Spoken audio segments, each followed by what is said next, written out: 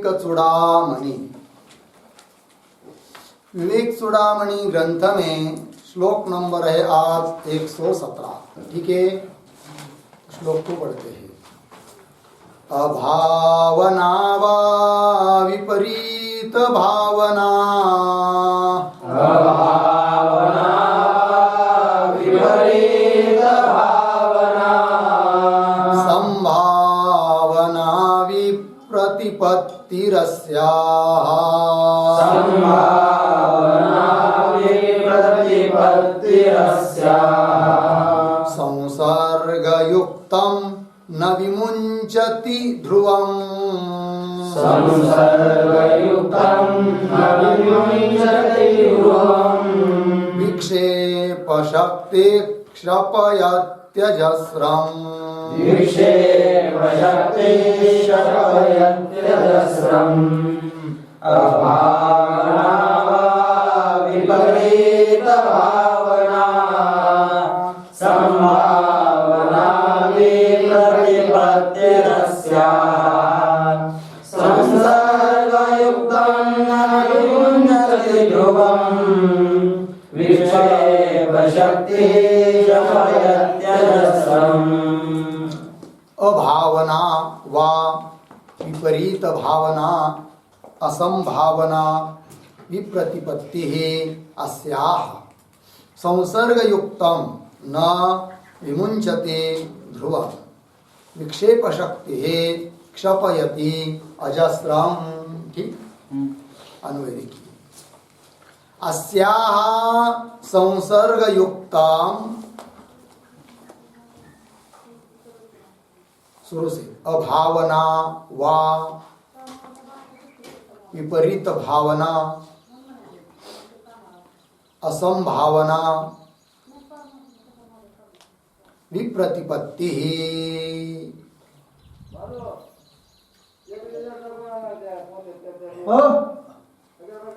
विप्रतिपत्ति ध्रुवं न विमुञ्चति।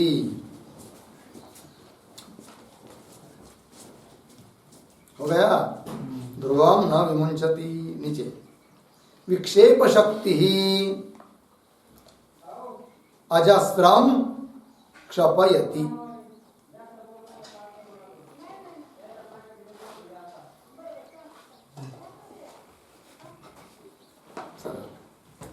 तो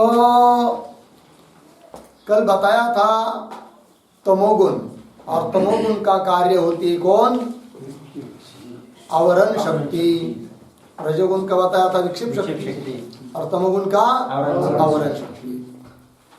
ये जो आवरण शक्ति है, जिसके साथ संयुक्त रहती है, जिसमें रहती है, उसमें और क्या क्या धर्म हो जाते हैं, इस बात को आप कह रहे हैं इस श्लोक में। ठीक है, तो देखिए, अस्याः संसर्ग युक्तम, अस्याः, अस्याः आवरण शक्ति है, आवरण शक्ति है। संसर्ग युक्तम, संसर्ग युक्तम शब्द का अर्थ है संबंध युक्तम नरम। संसर्ग युक्तम नरम जीवम वा। ठीक, देखिए भैया, तो कह रहे हैं अस्याः, ये जो आवरण शक्ति है, अस्याः संसर्ग युक्तम, इस आवरण शक्ति के संसर्ग में, इस आवरण शक्ति से, शक्ति के साथ जिसका संबंध है, ऐसे संबंध युक्त पुरुष को क्या न विमुंचति, छोड़ते नहीं है। कौन? तो वही अभावना, विपरीत भावना, असंभावना और विप्रतिपत्ति, चार बात बताइए। ये चारों भी छोड़ते नहीं है किसको? मनुष्य को, जीव को। किस प्रकार के जीव को? जिसके साथ इस आवरण शक्ति का संबंध है। लग रहा है कि नहीं बात? आवरण शक्ति का संबंध जिसके साथ है, उसको ये चार चीज छोड़ती नहीं है। अर्थात जिसमें आवरण है, या स्वयं को जो आवृत्त समझ रहा है, देहादि को अहम समझ रहा है, अर्थात जो अज्ञानी है, स्वस्वरूप का ज्ञान जिसको नहीं है, ऐसे व्यक्ति को ये चार चीज छोड़ती नहीं। कौन है वो चार चीज? तो बता रहे एक एक को। अभावना 1, विपरीत भावना 2, असंभावना 3 और विप्रतिपत्ति ही ये 4 हुई। तो विप्रतिपत्ति न विमुंचति, छोड़ती नहीं है विप्रति, ये सब छूटता नहीं है उससे, छोड़ता नहीं है उस व्यक्ति को ये सब चीजें। तो देखिए अभावना क्या है, इन हर एक का अर्थ समझ लेंगे। अभावना तो लिखते हैं शास्त्रेण उच्यमानम,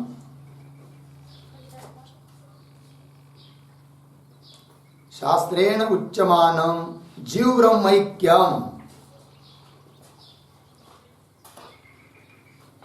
शास्त्रेण उच्यमानम जीव ब्रह्मैक्यम प्रपंच मिथ्यात्वम च,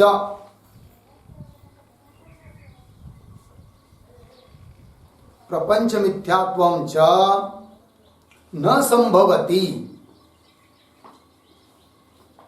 न संभवति इति बुद्धि अभावना, इति बुद्धि अभावना। ठीक, देखिए अर्थ मतलब शास्त्र कह रहा है, बार बार कह रहा है जीव और ब्रह्म दोनों की क्या है, एकता है, अभेद है। उपाधिकृत भेद होने पर भी स्वरूपतः जीव और ब्रह्म का क्या है, अभेद। अभेद है मतलब क्या, दोनों में भेद है ही नहीं, एक ही है। उपाधि के कारण भेद दिखाई दे रहा है, जैसे घटाकाश और मठाकाश। वस्तुतः आकाश में तो कोई भेद है ही नहीं, कि तो भी व्यवहार हो रहा है, ये घटाकाश है, ये मठाकाश है, उपाधिकृत भेद है। उसी प्रकार यहाँ पर भी जीव और ब्रह्म का उपाधिकृत भेद होने पर भी वो भेद मिथ्या है, और वास्तव में क्या है, अभेद है। इसे बार बार समझाया। इतना ही नहीं, और ये प्रपंच कैसा है, मिथ्या है, ये भी समझाया। किंतु मिथ्यात्वम च न संभवती इति बुद्धि, जिसकी बुद्धि ये है, जिसमें ये दृढ़ निश्चय है कि नहीं नहीं, कह रहा तो है शास्त्र मिथ्या करके, कैसा मिथ्या हो सकता है। मैं खा रहा हूँ, पी रहा हूँ, सब प्रपंच कर रहा हूँ, गाड़ी में घूम रहा हूँ, किसी का एक्सीडेंट हो रहा है, कोई मर रहा है, कोई अच्छी बात हो रही है, ये सब घटना घट रही है और ये मिथ्या है, स्वप्न की तरह, कैसा मानिए हम। और जीव ब्रह्म का भेद प्रत्यक्ष अनुभव सिद्ध है, मैं का ब्रह्म का अभेद कैसा हो सकता है, नहीं हो सकता। ऐसा जिसका निश्चय है, ऐसी जिसकी बुद्धि है, उस बुद्धि का ही नाम है क्या, अभावना। उसको क्या कहेंगे, अभावना। ये किसमें होती है भावना, जिसके साथ आवरण शक्ति का संसर्ग है, अर्थात आवरण शक्ति से जो आवृत्त है उसमें ये होती है। समझ में आया ना। तो वही एक बात हो गई अभावना। उसके बाद है विपरीत भावना। अब विपरीत भावना क्या है जी, तो विपरीत भावना लिख सकते हैं अतस्मिन् तद बुद्धि, अतस्मिन् तद बुद्धि यथा देहे आत्मत्व बुद्धि, यथा देहे आत्मत्व बुद्धि। ठीक, ये क्या अर्थ। विपरीत भावना, उल्टी भावना, उल्टा निश्चय है कि नहीं। क्या, अतस्मिन् तद बुद्धि, जो जैसा नहीं उसको वैसा समझना है। तो रितेश समझना काली माता, इसको ही क्या कहते हैं, विपरीत भावना। ठीक है कि नहीं। और जिसको विपरीत निश्चय होता है उसको ही लगता है क्या, डर।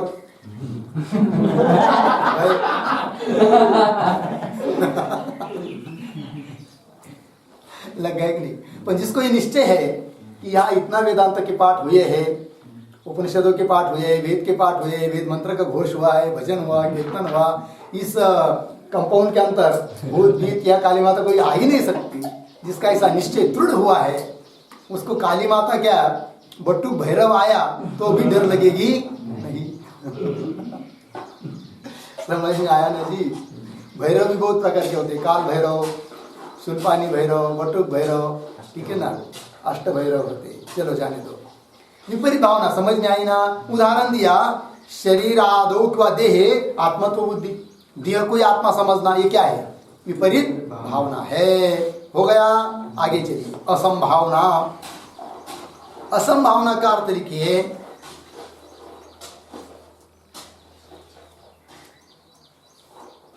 बलवत् निषेध कोटिकः संशयः।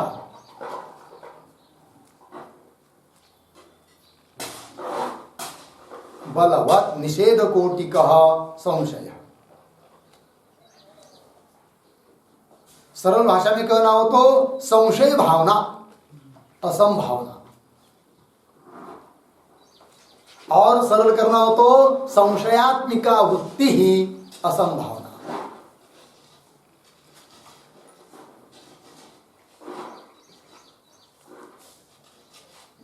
हो गया। चलिए भाई।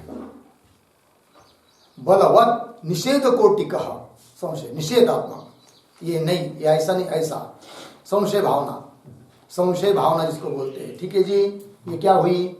असंभावना, संशयात्मक वृत्ति। ठीक है। आगे विप्रतिपत्ति ही। तो विप्रतिपत्ति क्या है जी?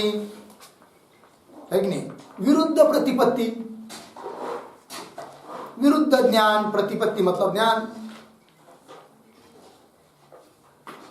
विरुद्ध प्रतिपत्ति।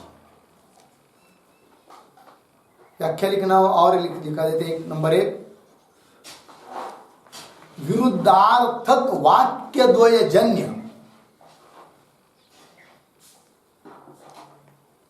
विरुद्धार्थक वाक्य द्वयजन्य प्रतीति द्वयम्,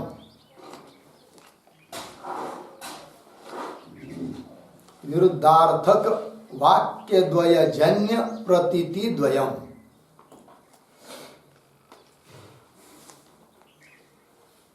और एक परिभाषा लिखा दे, विरुद्धार्थ प्रतिपादक अनेक वचनम,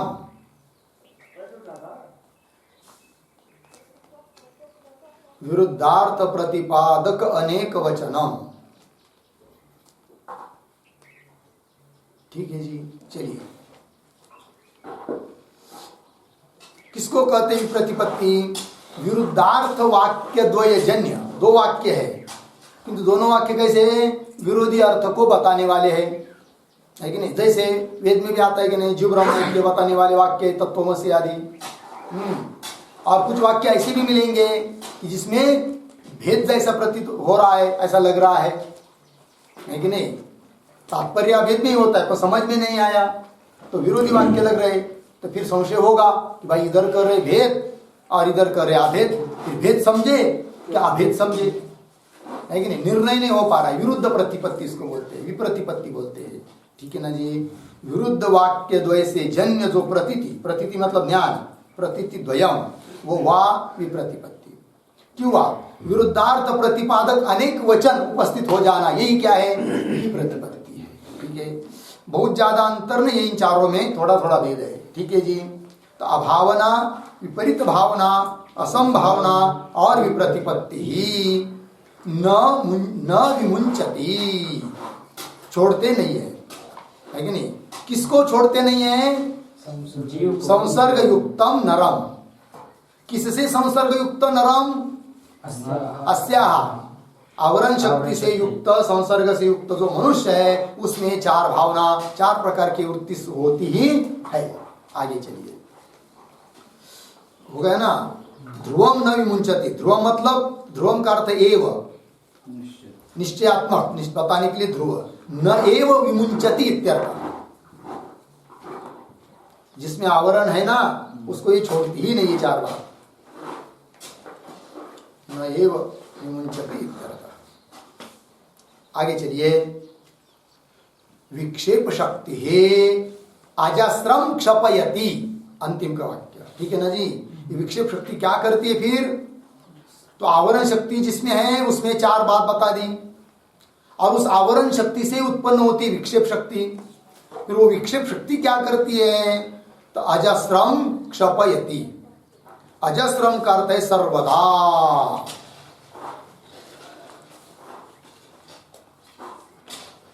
सर्वदा, हमेशा।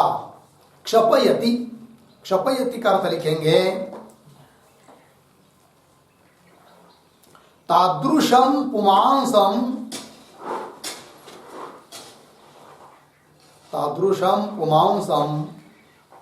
विक्षेप शक्ति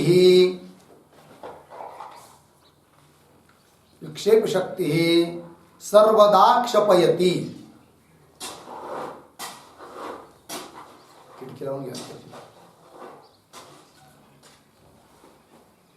तादृशम पुमांसम विक्षेप शक्ति सर्वदा क्षपयति बराबर नाशयति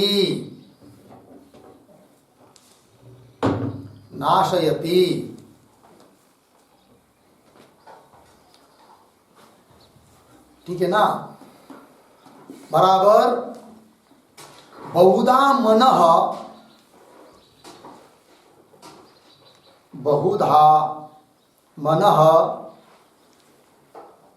विक्षिपयन्ति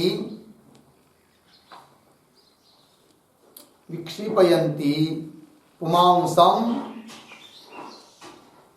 अभासमान स्वरूपम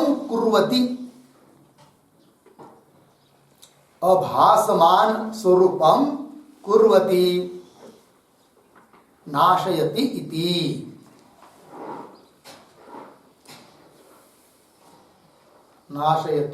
ठीक है, देखिए अर्थ।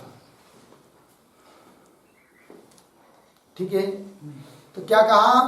तादृशम पुमांसम मतलब जिसमें अभावनाएं, विपरीत भावनाएं, असंभावनाएं, विप्रतिपत्ति है, आवरण शक्ति से युक्त जो पुरुष है, इस प्रकार के पुरुष को विक्षेप शक्ति क्या करती है? सर्वदा क्षपयति, मतलब नाशयति। ऐसे पुरुष को नाश कर देती है। कौन? विक्षेप शक्ति। तो बोलेंगे नाश करती, कैसे नाश करती है? किसका नाश करती है? नाश, जीव तो कभी मरता नहीं है, फिर नाश कर देती मतलब क्या? तो उसको बता दिया कि बहुधा मन विक्षिपंती, ये जो विक्षेप शक्ति क्या करती है? बहुत प्रकार से मन को शुद्ध कर देती है, विक्षिप्त कर देती है।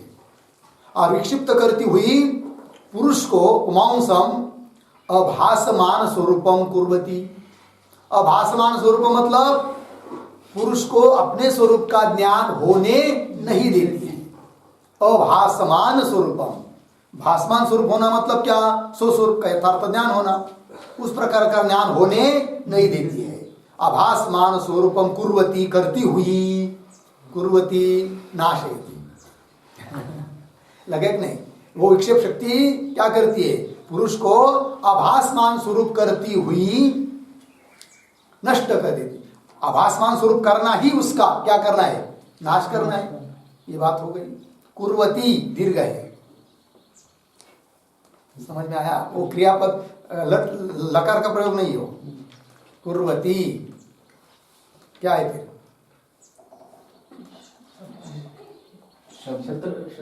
हाँ, शत्रु प्रत्यांत स्त्रीलिंगी रूप है ना। हाँ, कुर्वती है कि नहीं? नाशयति, करती हुई, नष्ट करती हुई। लग गया जी?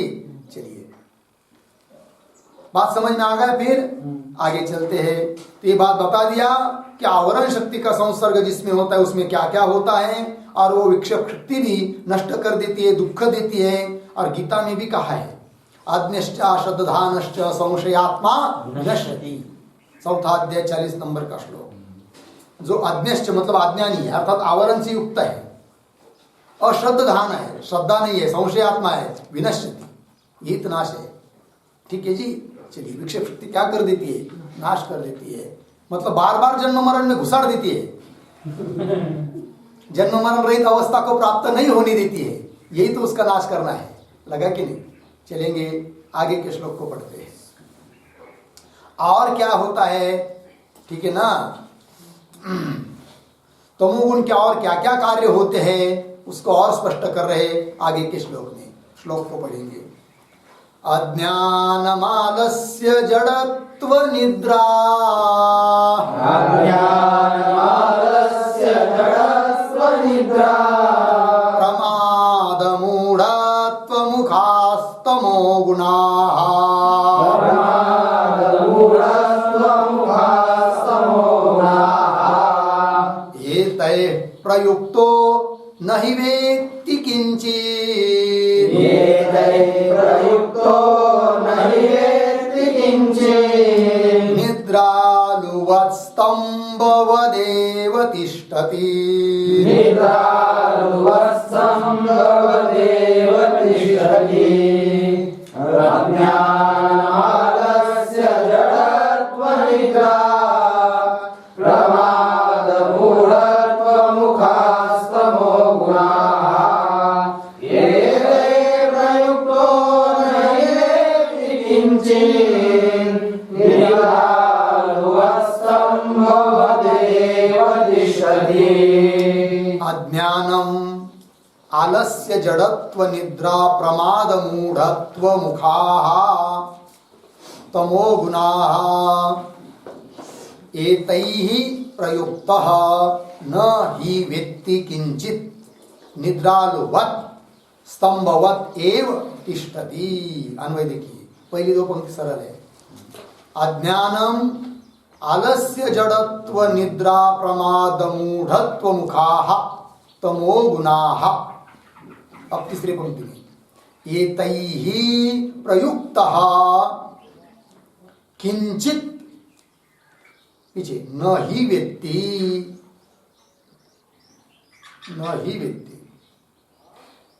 निद्रालुवत् स्तंभवत् एव तिष्ठति।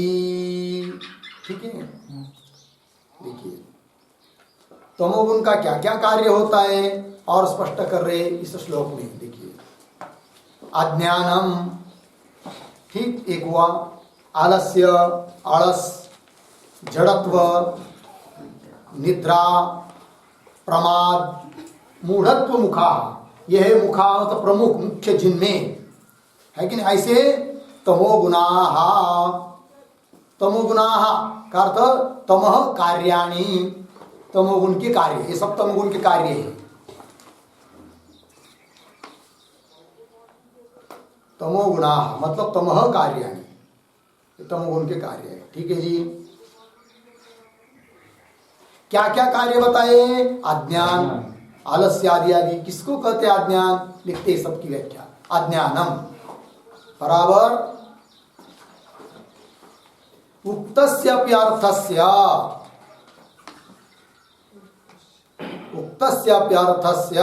अप्रतिपत्तिः।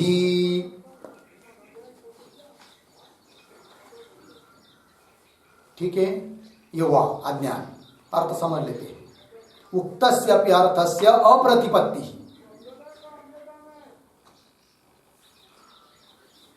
ठीक है जी, ध्यान दीजिए।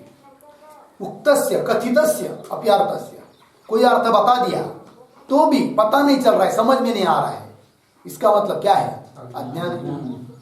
देखिए लहान बच्चों को भी देखा है आपने, 5-6 साल का, जब आप उसको घुमाने के लिए ले जाते हैं कहीं पर या कहीं पर भी जाते हैं तो बार बार आपको एक ही प्रश्न पूछता रहता है, ये क्या है, वो क्या है, वो क्या है। फिर समझा भी दिया कि ये गाड़ी है, उसको ध्यान में नहीं रहता है, थोड़ी देर के बाद पुनः पूछेगा ये क्या है, ये क्या है। 2-4 बार 10 बार बताएंगे तब उसको फिट हो जाता है। ठीक है ना जी। तो कहे हुए अर्थ को न समझ पाना, यही क्या है जी? अप्रतिपत्ति है, अज्ञान है। मैं कौन हूँ समझ में नहीं आता है, जानते नहीं है, तो क्या है वो? अज्ञान है। ठीक है ना जी। चलिए, ये किसका कार्य है? तमोगुण का कार्य है कि नहीं? उक्तस्याप्यर्थस्य अप्रतिपत्ति। गीता में भी कहा है, क्या कहा है? एतज्ज्ञानमिति प्रोक्तम अज्ञानम यदतोऽन्यथा। अमानित्वादि सब बताए, ये ज्ञान है, और इसको छोड़कर बाकी सब क्या है? अज्ञान है, जाने दो। उसके बाद है आलस्य। आलस्य का अर्थ है आलस्यम बराबर अनुद्यमः। अनुद्यमः, ठीक है जी। किसी किसी में बहुत ज्यादा आलस्य होता है। आलस्य होता है मतलब क्या? उसमें अनुद्यम होता है, मतलब क्या? उद्यम नहीं उसमें। उद्यम मतलब क्या? व्यापार नहीं है, करने की प्रवृत्ति नहीं है कि नहीं? आलस उसको बोलते हैं। ठीक है जी। अनुद्यम, व्यापार रहितता। ठीक है। जड़त्वम, जड़त्वम का अर्थ समझते हैं कार्यकरणेषु अपाटवम। किसी किसी में बहुत जड़ता होती है, कार्य कर सकता है लेकिन कार्य करणेषु अपाटवम, कार्य करने में अपाटवता, अदक्षता, ये क्या है जी? जड़त्व। कोई कोई व्यक्ति बहुत जड़ होते हैं, आलसी होते हैं। कौन होते हैं ये सब? अज्ञान, आलस्य, जड़ता, निद्रा, ये सब किसमें? जिसमें बहुत ज्यादा तमोगुण होता है ना, उसके सब धर्म है, तमोगुण का कार्य है। और अपने अपने में समझना चाहिए, दूसरे को दूसरे ने नहीं, दूसरे को समझना।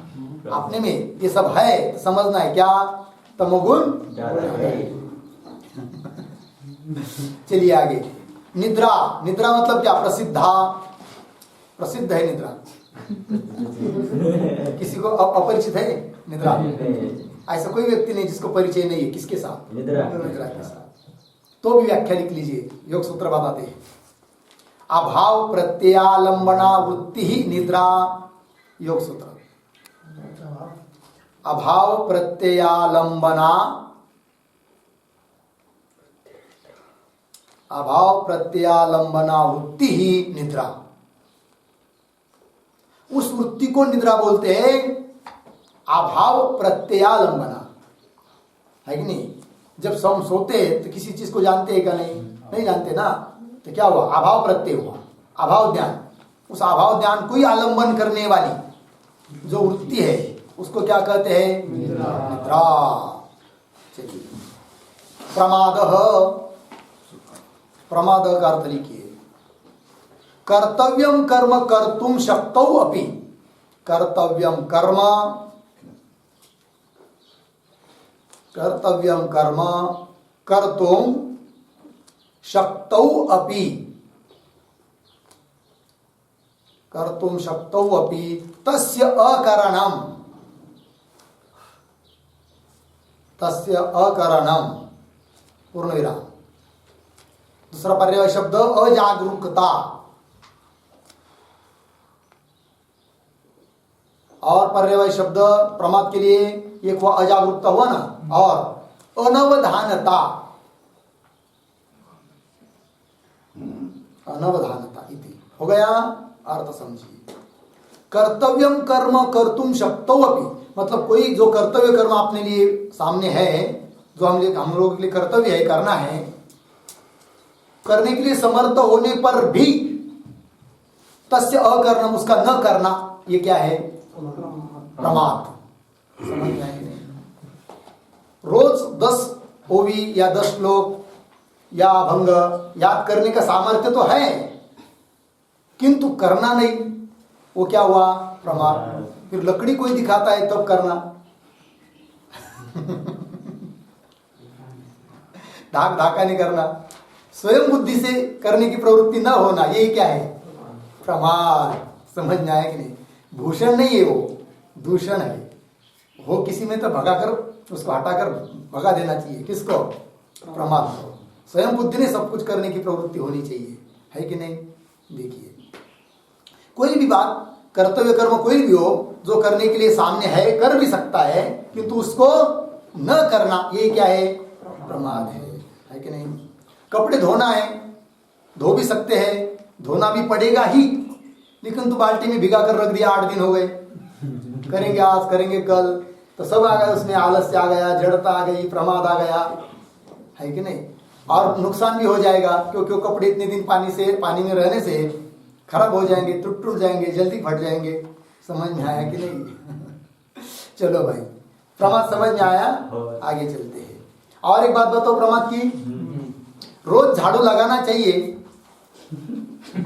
किंतु 2-2, 4-4 महीना तक झाड़ू न लगाना, खाट के नीचे 2-4 किलो कचरा हो जाना, ये क्या है? सब कर सकते, चलो वह करने के लिए समर्थ ही नहीं है, बहुत अशक्त है, बीमार है, बात अलग है, कर सकते हैं, लेकिन न करना क्या है? सब प्रमाद।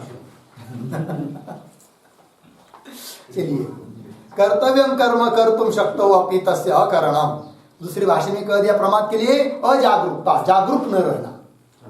हर मनुष्य ने हर समय अपने साथ रहना चाहिए। अपने साथ रहना का मतलब क्या? हर क्षण हम क्या बोल रहे हैं, क्या कर रहे हैं, क्या नहीं करना है, क्या करना, सब साथ में सब कुछ कर देते हैं, हो जाता है कि नहीं, और पता भी नहीं चलता है। ये नहीं, इसको जागरूकता नहीं बोलते, प्रमाद होगा, है कि नहीं। हम किसके साथ बोल रहे हैं, क्या बोल रहे हैं, क्या बोलना चाहिए, क्या करना चाहिए, क्या किया, है कि नहीं, इसको समझ कर करना, ये सब क्या है, जागरूकता है। ठीक है जी। अजागरूकता, अनावधानता, अवधान न देना, लक्ष्य न देना, ये भी क्या है, प्रमाद। ठीक है ना जी। हाँ, अनावधानता हो गया। चलिए आगे है मूढ़त्व। मूढ़त्व को समझ लेते हैं। यथा अवस्थित विषये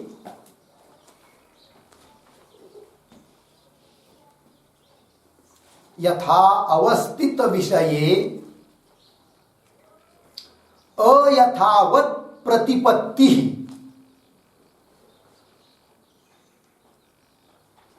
अयथावत प्रतिपत्ति। ठीक है ना जी। चलिए, ये मूढ़त्व है। मूढ़ता, मूर्खता इसको कह सकते हैं। अविवेकता, विवेक न रहना, तो वही दिया। यथावस्थित विषय मतलब जो वस्तु जैसी है, यथावस्थित है, जैसी है, जिस प्रकार से है, उसके बारे में अयथावत प्रतिपत्ति, उसको उल्टा सुल्टा समझना, ये क्या है, मूढ़ता है, अविवेकता है, मूढ़त्व है। समझ में आया ना। चलिए भाई, ये सब किसके धर्म, किसके कार्य है, तमोगुण के कार्य, ये बात बताया वही। चलिए, अज्ञान मालस्य जड़त्व निद्रा प्रमाद मूढ़त्व मुखास तमोगुणाः, मतलब तमक कार्य, तमोगुण के सब कार्य है। आगे का देखिए, आगे क्या पढ़ा है, ये तैहि प्रयुक्तः, ये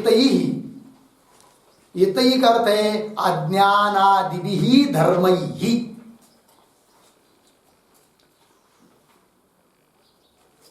अज्ञानादिभिः धर्मैहि एतैहि प्रयुक्तः। प्रयुक्तः का अर्थ है विशिष्टः।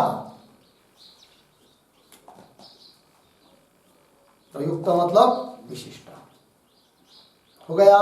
देखिए, जितने धर्म बताए ना अभी अज्ञान आलस्य आदि, इन अज्ञान आदि धर्मों से जो विशिष्ट है, युक्त है, ऐसा जो कोई मनुष्य, वह किंचित न ही वेत्ति, है कि नहीं, कुछ भी जानता नहीं है, उसको समझ में ही आता नहीं है, न प्रपंच न परमात्मा, है कि नहीं। प्रपंच में भी लग जाएगा ऐसा बहुत मूढ़ व्यक्ति, तो जो करना है वो करेगा ही नहीं, उल्टा सुल्टा ही करेगा। कैसे, उदाहरण, अकेला होने पर भी शादी हो गई, प्रपंच में लग गया, माँ बाप की सेवा करनी चाहिए, लेकिन नहीं करेगा, क्योंकि उसकी पत्नी थोड़ी बहुत शिकी रहती है, वो कहेगी मुझे बहुत सहपा करना पड़ता है जी, 4-4 लोगों का, दोनों रहेंगे अलग से, बढ़िया बढ़िया करके खाएंगे, इसको फिर हाँ चासा एक बर उदास। माँ बाप से भी क्या हो जाता है अलग। जिन माँ बाप ने इसको इतना बढ़िया से बढ़ाया, पढ़ाया, शादी भी करा दी, सब संसार दे दिया, सब अच्छा करा ना इसका, उस माँ ने यदि इसको नहीं नहाया होता, ऐसा ही पढ़ा दिया होता 8-8 दिन, तो क्या हाल होती इसकी बचपन में। किंतु उसने इतना प्राण से भी ज्यादा क्या ध्यान देकर पालन पोषण किया है, और उस माँ बाप को यदि ऐसी क्या इस प्रकार का उनके साथ व्यवहार करेंगे, उनसे अलग हो जाएंगे, उनकी सेवा नहीं करेंगे, उनकी बात नहीं मानेंगे, तो कितना उनको दुख होगा, और पाप भी कितना लगेगा। उसके पाप का कोई मोल कर तुलना कर नहीं सकता, इतना बड़ा पाप होगा। पापाची गणना को ना करे, हाँ ऐसा ही बोलना पड़ेगा। जो लोग माँ बाप की सेवा नहीं करते, गुरु की सेवा नहीं करते हैं, संतों की सेवा नहीं करते हैं, स्वयं का स्वाध्याय नहीं करते हैं, उनके लिए वाक्य साथ सच है क्या, पापाची गणना को न करे, उनके लिए। हाँ चलिए, किंचित नहीं वेत्ति, न वेत्ति क्या अर्थ है, न जानाति, कुछ भी जानता नहीं है। आगे चलिए, फिर कैसा होता है ऐसा व्यक्ति, तो बता रहे निद्रालुवत स्तंभवत एव तिष्ठति। 2 उदाहरण दिया। स्तंभ मतलब खाम, पड़ा रहता है सालों साल, हाँ बारिश आई धूप आई उसको कोई लेना देना नहीं है, उस प्रकार एक ऐसा ही रहता है। कोई उसकी उन्नति नहीं होती है। समझ में आया? क्यों? निद्रालुवत, सोए हुए मनुष्य की तरह है कि नहीं? प्रगति नहीं होती उसकी, प्रगति अवरुद्ध हो जाती है। समझ में आया? चलिए, निद्रालुवत ये दृष्टांत है, उस पर लिखते एक वाक्य, यथा सुप्तः मनुष्यः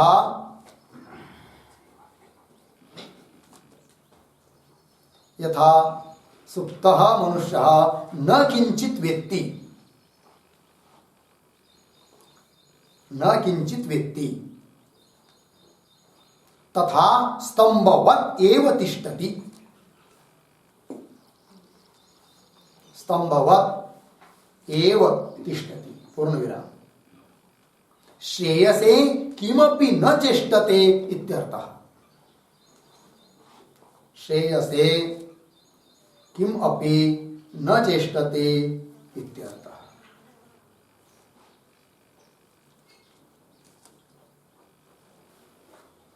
हो गया?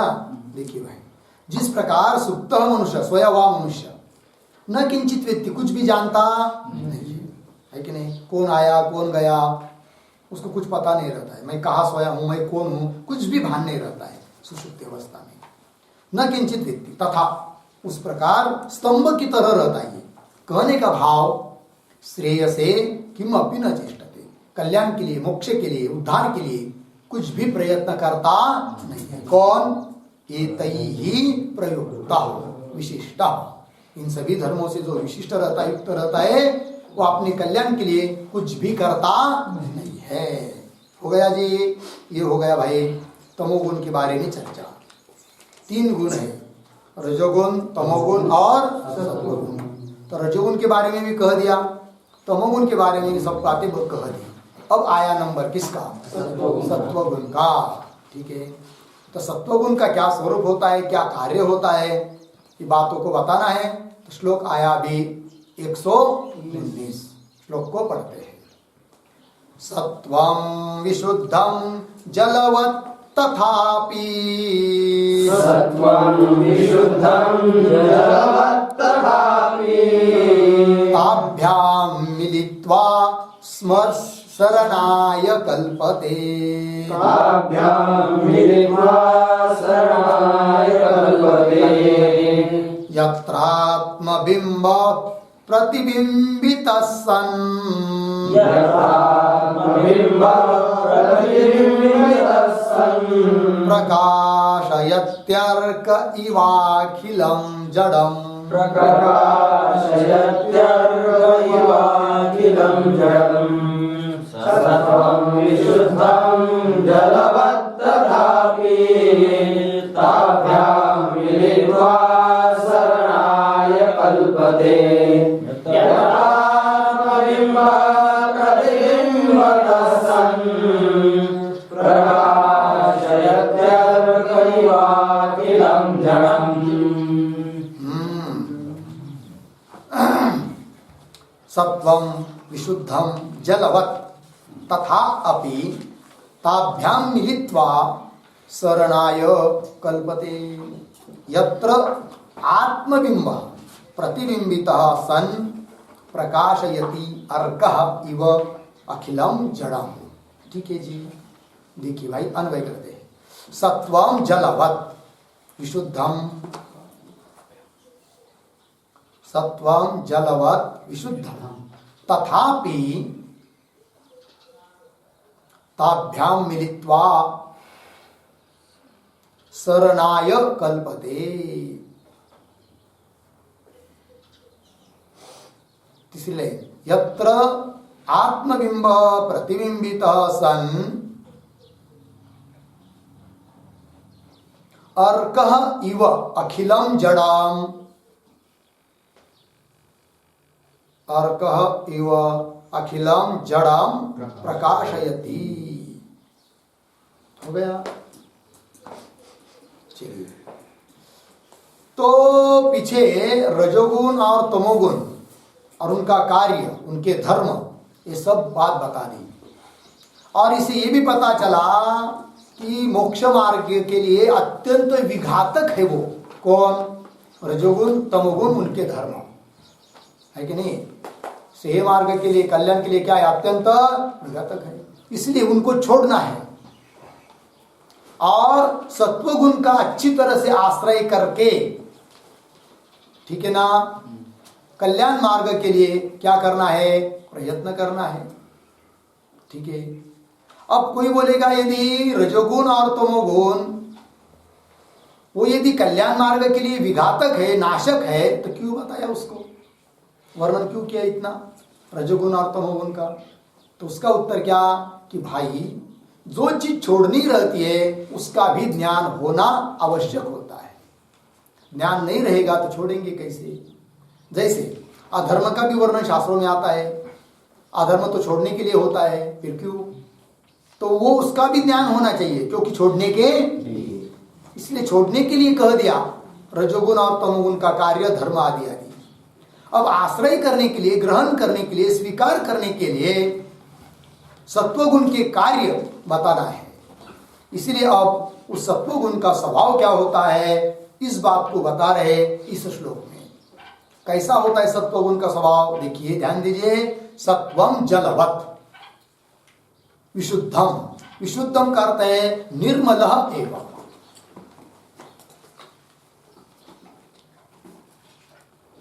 सत्वगुण कैसा होता है? निर्मल एवं विशुद्धम। किसकी तरह दृष्टांत दिया है? जलवत्। जलवत्, एक वाक्य छोटा जलवत् के ऊपर। यथा जलम स्वभावतः निर्मलम,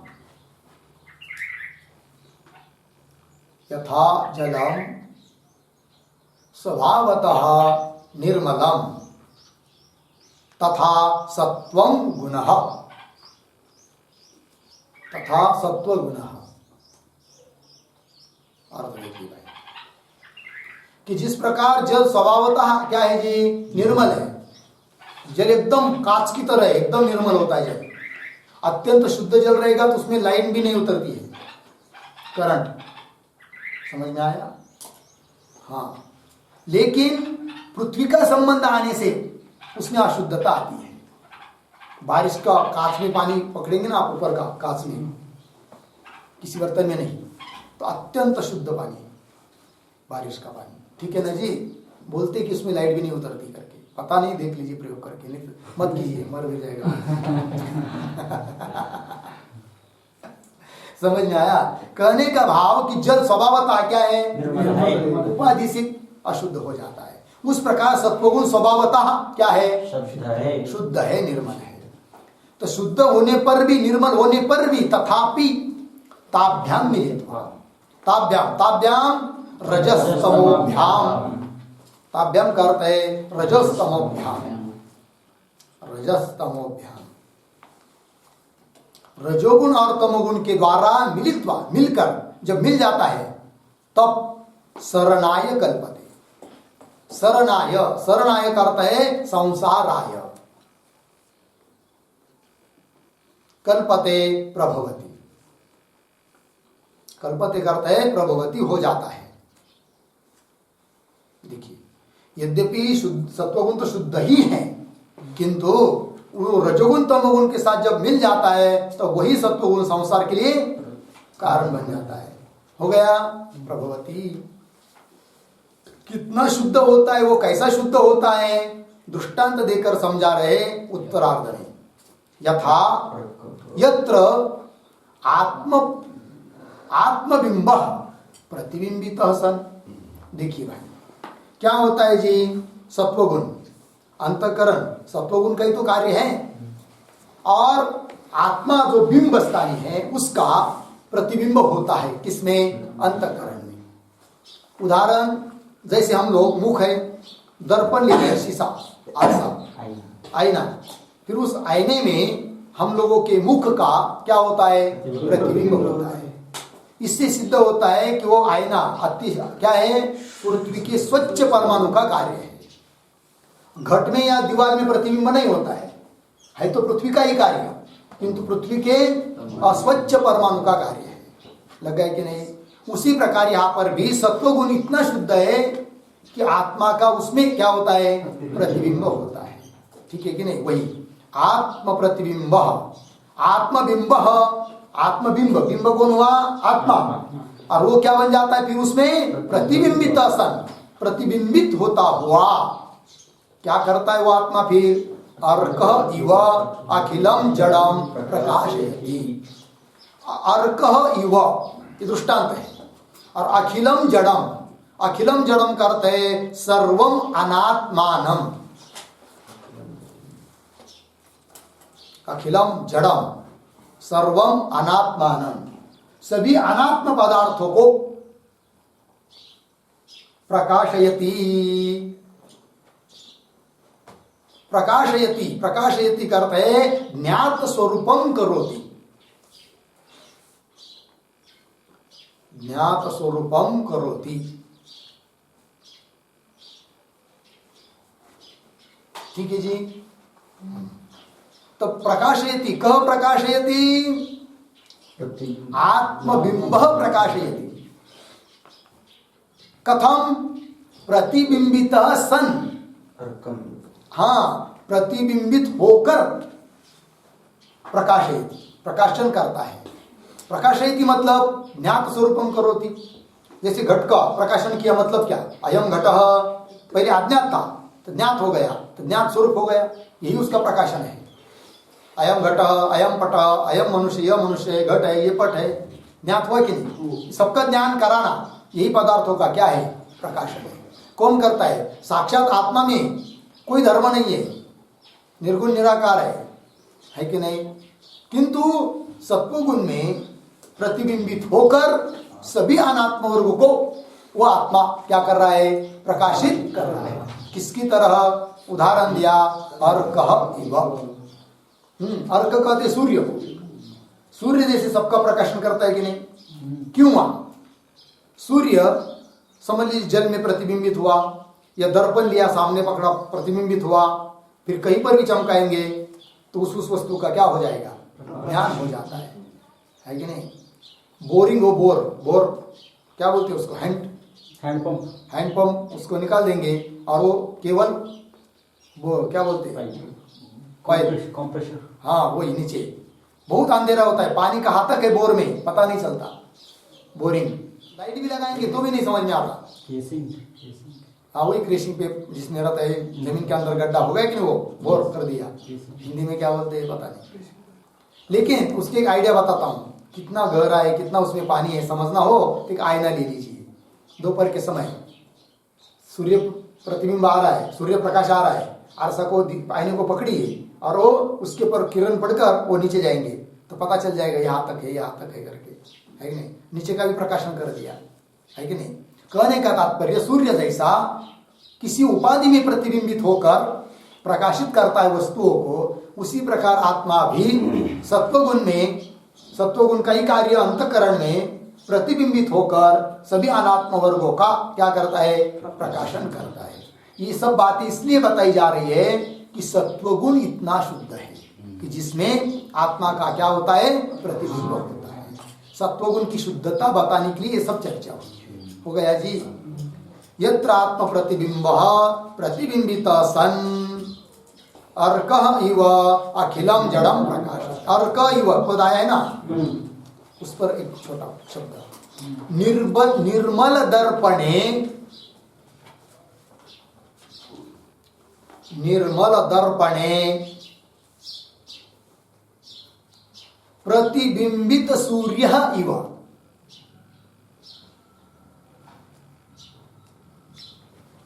प्रतिबिंबित सूर्य इव।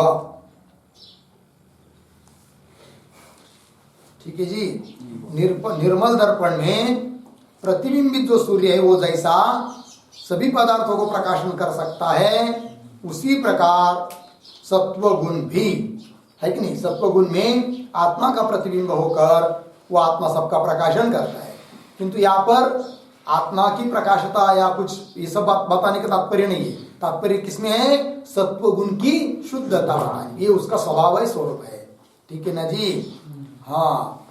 और गीता में भी कहा है सत्वात् संजायते ज्ञान। हो गया जी। ये हुआ सत्वगुण के बारे में चर्चा। सत्वगुण का स्वभाव कैसा है ये बात बता दी स्वभाव, ठीक है। और क्या होता है सत्वगुण का कार्य उसको बताएंगे, वो करेंगे अगले श्लोक में कल। ओम पूर्णमदः पूर्णमिदं पूर्णात् पूर्णमुदच्यते पूर्णस्य